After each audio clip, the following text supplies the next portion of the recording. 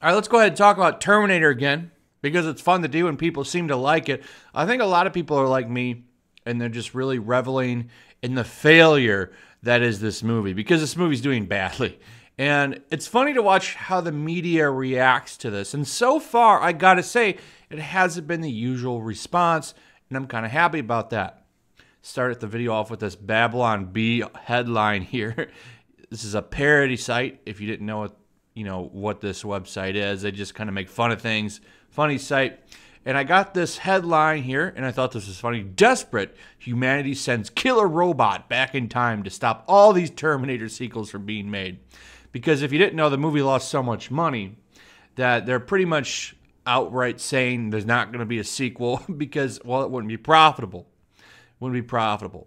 All right, this is the third movie that was going to be the start of a new trilogy. They said it was Salvation, Genesis, and now Dark Fate is going to be the new trilogy starter. Not going to happen. So anyway, before we move on, make sure you're still subscribed. Take a second, check that subscription button. Make sure it's still hit. Something going on with the algorithm. Every time they do this, people get unsubscribed. So just double check. Make sure you're still subscribed. And let's move on. So it's been interesting to see the reactions as each day passes because the media is really scratching their head. I'm going to talk about them a little bit because they're doing some funny things. I want to start here, though. So somebody pointed out to me that Rotten Tomatoes has been doing some weird things. First off, they're doing this verified score. So that's people that bought movie tickets, I believe. That bumps it up a whole 10%. If you change it to all of the ratings, you have a 75% score. Now, that's interesting to me that it's so high. I think because attendance was so low that the people that did go see it probably didn't really know much about Terminator. Because you got to remember, Terminator 2 came out a long time ago. The classic movie, the good movie, came out a long time ago. So when that spoiler came out about John Connor, I think a lot of people were like, yeah, I'm good then. I'm not going to go see this.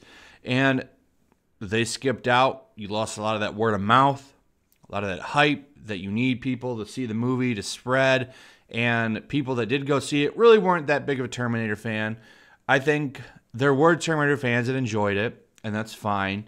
But I think that's some of the reasons. I hear it's very generic action movie, lots of explosions and excitement, and people are going to like that. I hear the first half of the movie is decent after the John Connor death, though I hear they talk Spanish the whole first half of the movie. So, yeah.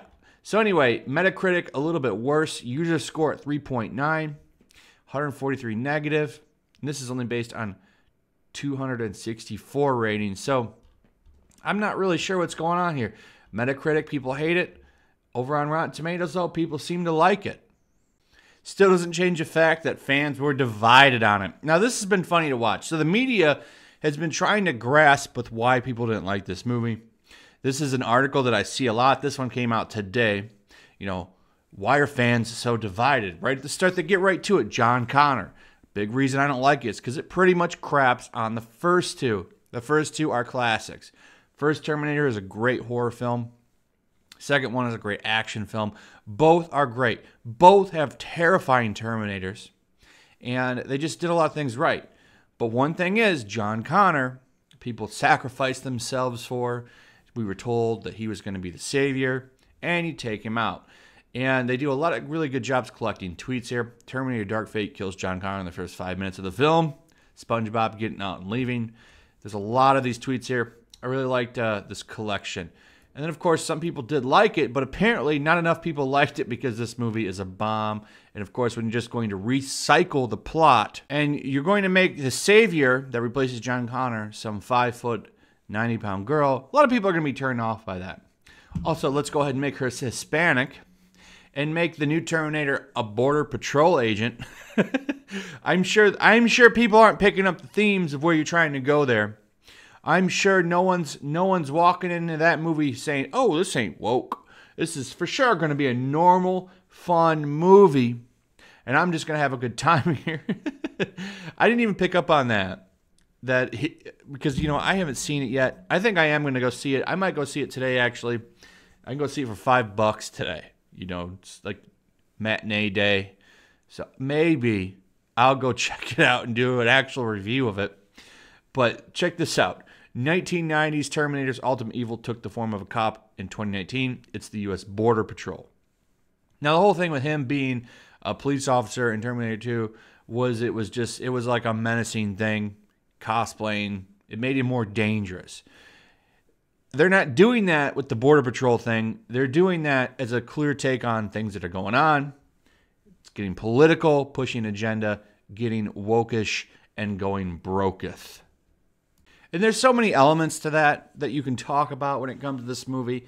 Another big plot hole that I saw even Red Letter Media talked about is the fact that Sarah Connor's like, 90 years old? Her back can't lift and support that rocket launcher. Come on. And they made a really good point. Like, old people can't even turn without hurting. She's like 90 years old in this movie. Okay, so is Arnold. Let's not take away from that. Okay, both of them are really old. Okay, you're watching Grandpa and Grandma running around, jumping out of cars, just like doing skydiving, fighting in planes and zero G. Like, come on, man. No one's buying this. Okay, Arnold was a legend, right? I'm not taking anything away from the man, but you get to a point, when you're pushing 80, or when you are 80, or however old either of these two are, that you're really just not seen as action movie material. Once you go sit down, you do a mobster movie, you can be the guy at the table or something. That I would believe. But as far as Grandma here getting done making her cookies and then she gets out with the rocket launcher, I'm just not buying that. I think the movie shouldn't have had either of them, to be honest, because it just doesn't work. They're just too old to be in action movies. Okay, it has nothing to do. I'm not even trying to slam on the whole, female savior thing here.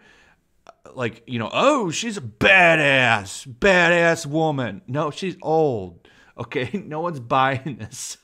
I do think that this whole 90-year-old action hero grandma thing was a turnoff to people. I think the Arnold thing is a turnoff. It's stupid. And what does that bring you? It brings questions like this, because Arnold Schwarzenegger in that movie, he's living with a family. And now you have a real problem. You have a real problem when one of the biggest headlines coming out of your movie is, does he have junk and does it work? Because as far as we know, Tim Miller did a question in a Q&A interview with another outlet. And they asked him, so did Carl, that's what they call the T-800 in this movie, Carl, because that's right. He settles down and has a life and a family. He has a wife, family, a life, everything. And a lot of people are wondering, well, did Carl, that's what the Terminator is called, names himself, his name's Carl, did him and his wife ever get it on? And Tim Miller says, oh, well, we're not going to answer that one. We're not going to answer that one. So now the internet's wondering, does he have robo-junk? It's really sad when that's a question, that's a big question that people are talking about, but they're not talking about your action scenes or anything like that. They're just wondering, did Arnold have a robo-PP? But here's the real shocker, and one that I'm actually kind of happy to see, because it always happens every time a movie like this comes out and the audiences don't show up and there's backlash. We always see the same old articles, and one that comes from this guy, Scott Mendelson, who's done this several times, this same attack pattern. Oh, audiences are toxic, misogyphobes, istophobes. That's why they didn't like the movie. They didn't like the movie because a bunch of strong women and all that stuff. I've been combing through media trying to find that article, and it hasn't come out yet. Amazingly, they're actually blaming it for the right reasons. That it's just a bad movie. And it actually divided fans for the right reasons. You took out the main character. You stopped people from liking it. I mean, you do see the occasional shill article like this one.